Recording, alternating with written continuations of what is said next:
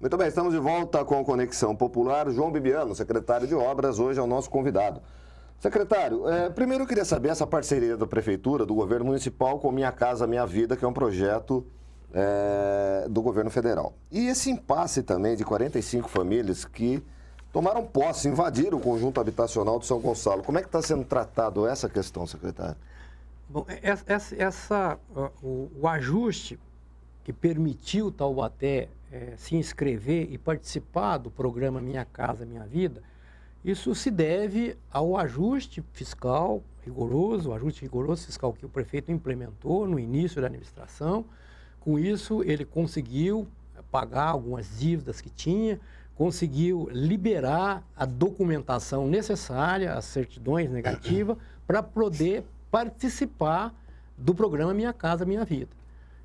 Se não tivesse havido esse ajuste fiscal, se não tivesse havido quitação de débitos, todo um procedimento administrativo, não seria possível se aderir ao programa Minha Casa Minha Vida, e nós não teríamos hoje mais de 2.000 unidades habitacionais em construção. Certo?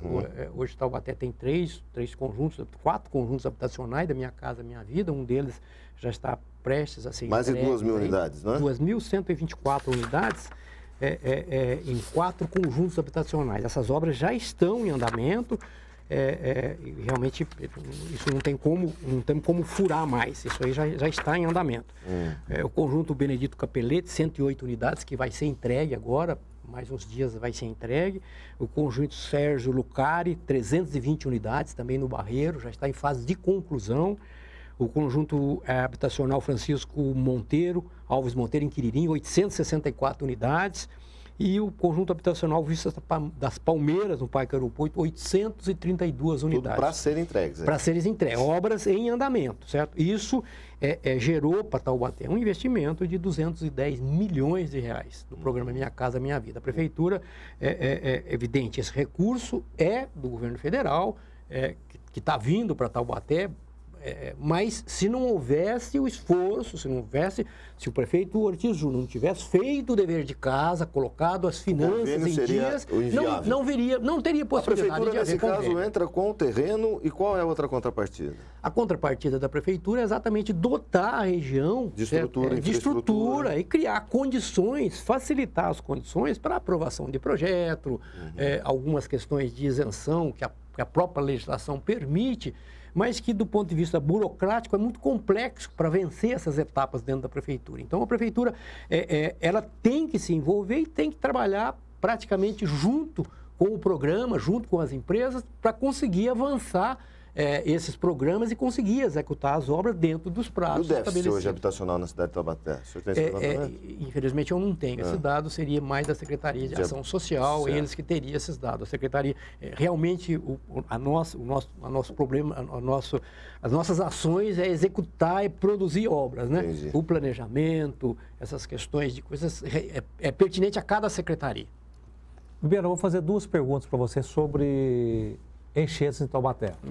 Recentemente foi formada uma comissão de vereadores para tratar do problema. Inclusive, essa comissão conversou com você. Né? Essa comissão apontou pelo menos 16 pontos críticos de alagamento em Taubaté, tais como a Avenida Granadeiro Guimarães, no Parque Aeroporto, no Túnel da Daruma, Campos Elíseos, Ana Rosa, Jardim do Sol, que é sempre problemático, né? E qual é a solução para esses problemas? Que você, se não me engano, no seu depoimento, você disse que tem que ser intervenções macro. Qual seria a solução, então? Então, Luiz Carlos... Falta de dinheiro? Não é bem isso, não. A gente, da mesma maneira, quando eu fui convidado para participar da administração, uma das tarefas que foi me passada pelo atual prefeito era exatamente para diagnosticar e criar uma estrutura, criar condições para resolver essas questões dessas enchentes. Nós mapeamos todos os pontos de enchente de Taubaté e começamos a trabalhar nisso. Até o final de 2014, nós investimos cerca de 18 milhões de reais em obras de combate à enchente. Certo? Isso aqui a gente tem quantificado, tem identificado os locais que foram executadas as obras, o montante de recursos que foi feito, isso está tudo, a gente tem um relatório completo a respeito disso. Mas existe a situação de Taubaté com relação à enchente é complicada. Taubaté foi criada, nasceu na margem de pequenas valetas, na margem de pequenos rios que passavam internamente aqui. Com a vinda da estrada Rio-São Paulo, que trouxe desenvolvimento para a região, já começou as atividades. A antiga Rio-São Paulo já criou uma barreira. Esses córregos foram canalizados para conseguir passar a estrada. Na sequência veio a estrada de ferro e depois a Dutra. Então, o que acontece? E a cidade foi crescendo, foi crescendo. As obras de drenagem sobre essas barreiras, vamos dizer assim, a Dutra, a estrada de ferro, antigo leito Rio-São Paulo, elas foram construídas e dimensionadas naquela oportunidade. Ninguém se imaginava o volume a área que ia crescer a cidade. Isso foi agravando. Taubaté também tem um número excessivo de galerias de águas pluviais. Isso também dificulta. Exatamente. A questão da drenagem urbana, em termos de galerias de águas pluviais e bocas de lobo, Taubaté, se comparado a outras cidades, nós estamos na frente. A gente está bem adiante com relação a isso. O problema é o escoamento. A cidade cresceu, urbanizou tudo, impermeabilizou áreas e hoje você tem situações complicadas.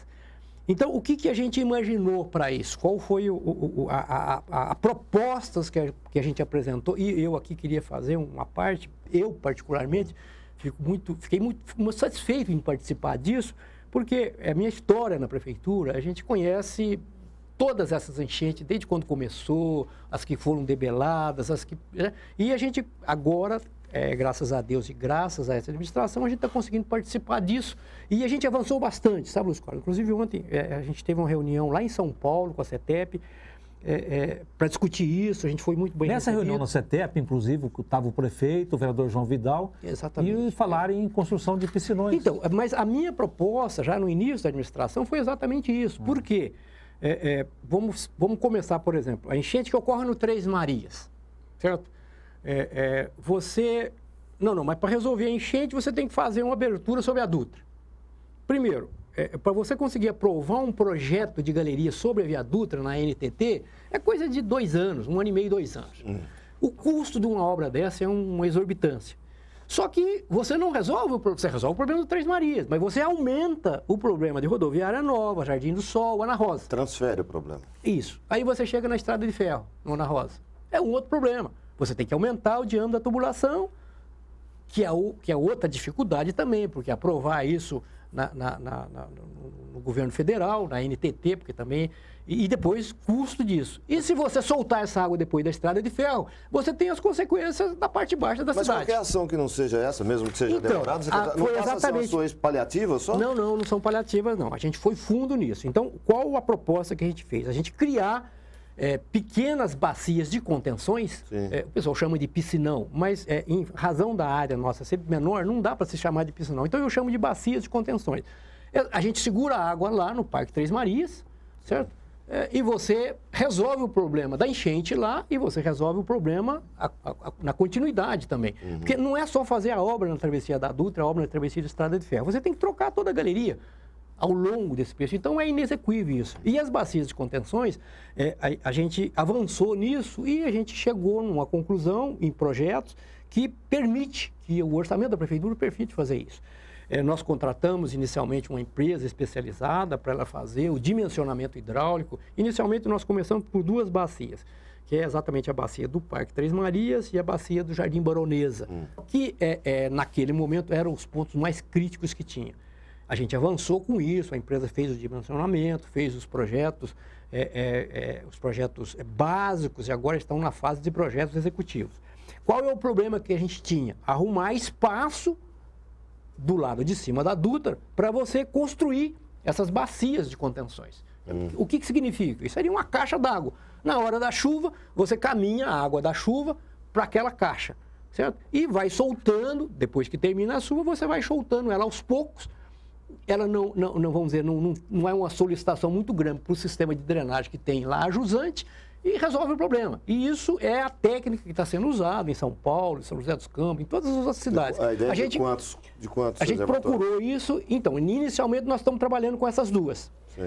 A dificuldade era, no Três Marias, por exemplo, os locais que a gente tinha para construir essas bacias é exatamente onde existe hoje, porque você tem que colocar num local mais baixo, próximo do córrego, próximo da tubulação.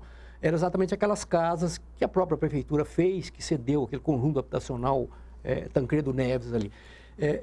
Você teria que remover aquele pessoal para outro local para usar aquilo.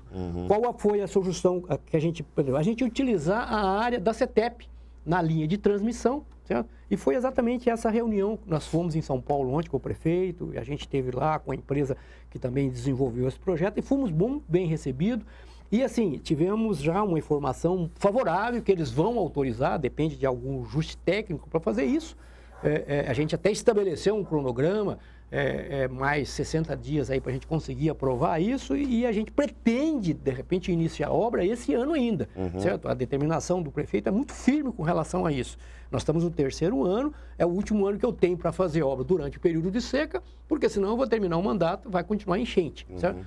E nós temos essas soluções já encaminhadas para o caso do Três Marias e o caso da Baronesa, que a gente vai utilizar esses espaços da CETEP, da alta transmissão, para construir esses reservatórios embaixo. Esse espaço só vai ser utilizado na hora da chuva. Sim. Ele uma caixa, um buraco, todo gramado nas laterais, tudo direitinho. Na hora da chuva, a água vai para ali e enche aquele espaço. E depois vai rodando. Terminou a chuva, secou, o espaço volta a ser normal, é um parque lá dentro. E a gente acabou ajustando com ela também, porque você tem que cercar isso para evitar jogar entulho, jogar lixo. E eles até já fizeram uma pré-autorização para a gente para construir PEVs exatamente junto a esses lagos. Esse tipo de ação, certo? E a prefeitura também, o prefeito também se comprometeu a instalar câmara, nessas câmaras do COI de manutenção, que você consegue fazer um monitoramento da questão de sujeira, de lixo, de o pessoal ocupar isso, e principalmente monitoramento na hora do evento, na hora da chuva. O COI vai ter informação, olha, o reservatório está enchendo, você precisa de alguma providência. Monitora. Muito bem, rápido intervalo, Conexão Popular volta em instantes. Até já.